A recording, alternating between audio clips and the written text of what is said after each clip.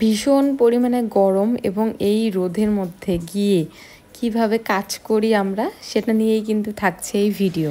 Hello everyone, good morning সবাইকে। আমি makeup artist মৌশিল, আবার একটু নতুন ভিডিওতে তোমাদের অনেক অনেক স্বাগত। প্রথমেই তোমরা আজকের এই মিষ্টি ব্রাইডকে দেখে নাও, তারপর দেখো রোদ জানলা দিয়ে উঁকি মারছে। ভাবা যায় এত পরিমাণে গরম আজকে। প্রায় অনেকদিন পরে কিন্তু আবার আমি ভিডিও নিয়ে চলে আসলাম। প্রায় মেকআপের ভিডিও অনেকদিন ধরেই দেওয়া হয় না, মানে রিয়েল ব্রাইডের ভিডিও অনেকদিন পরেই প্রায় অনেক চাপা হয়ে আছে, এডিট করা হয় না বলে আর দেওয়া হয় না। আজকের ডেটটা কিন্তু ছিল 5ই জুলাই এবং লোকেশন আমাদের বাড়ির থেকে বেশি একটা দূরে না, একদম সামনেই।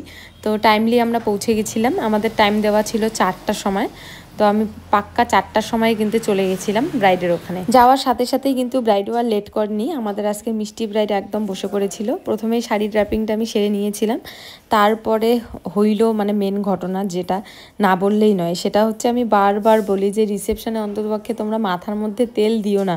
এই ব্রাইড কি করেছে, বিয়ের দিন তো পাপ করতে লাগে, তোমরা জানোই ব্যাককমটা মাস্ট করতেই লাগবে। উনি সেটা খুলতে পারছিল না জন্য মাথার মধ্যে চিপচিপে তেল দিয়ে দিচ্ছে। তোমরা ভাবো, আর তেল দেওয়ার সাথে সাথে তুমি একবার শ্যাম্পু করে নাও, সেটাও করেনি, ওই রকমই ছিল। আর আমি গেছিলাম 4টার সময়, ওই ভাবে যদি আমি শ্যাম্পু করাই দিই, তোমরা ভাবো যে টাইম কতটা লাগবে আর ওই হেয়ারটা শোকাতে কীরকম টাইম লাগবে। হেয়ারে আমি ক্রিম্পিং করছিলাম, ক্রিম্পিংটা বসছিল না অন্ততপক্ষে, এত পরিমাণে তেল দেওয়া ছিল চিপচিপে। তোমরা ভাবো তাহলে ওই হেয়ারে আমরা কি করব, কি করা যায় ওই হেয়ারে।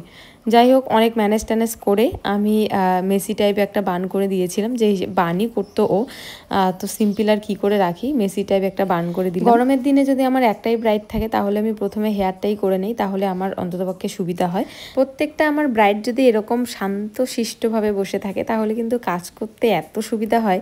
কালকের যে আমার ব্রাইড ছিল, মানে 4 তারিখের ব্রাইড, সেটাও এত পরিমাণে শান্ত ছিল এবং এই ব্রাইডটাও ভীষণ পরিমাণে শান্ত। কোনো রকম কোনো একবারও অন্ততপক্ষে বলেনি যে আমি দেখবো নিজেকে কীরকম লাগছে, একদম চুপ করে বসেছিল।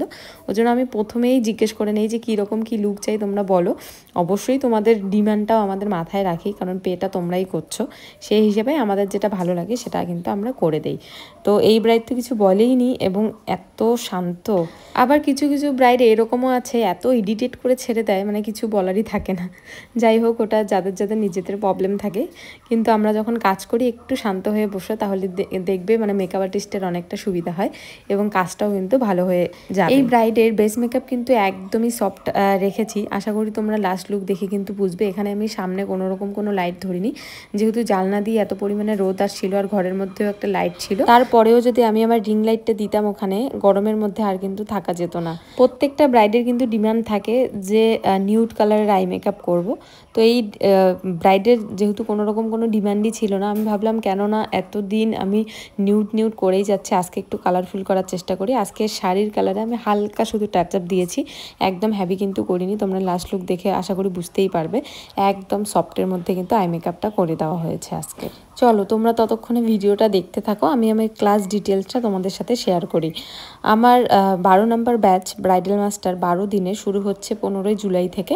তোমরা যারা যারা চাইছো আমার কাছে ক্লাস করতে, অবশ্যই আমার সাথে কন্ট্যাক্ট করে নিও। ক্লাসের লোকেশন কিন্তু থাকছে মাথাভাঙ্গা চানাকাটাতে। এই 12 দিনের ক্লাসে কিন্তু তোমরা অনেক কিছুই পাচ্ছ শিখতে, যেমন শাড়ি ড্রাপিং থেকে শুরু করে বিভিন্ন ধরনের হেয়ারস্টাইল থাকছে, party makeup, self makeup, HD, নন এইচডি, ওয়াটারপ্রুফ এবং সেলফ মেকআপ সব কিছুই কিন্তু শেখার তোমাদের সুযোগ থাকছে।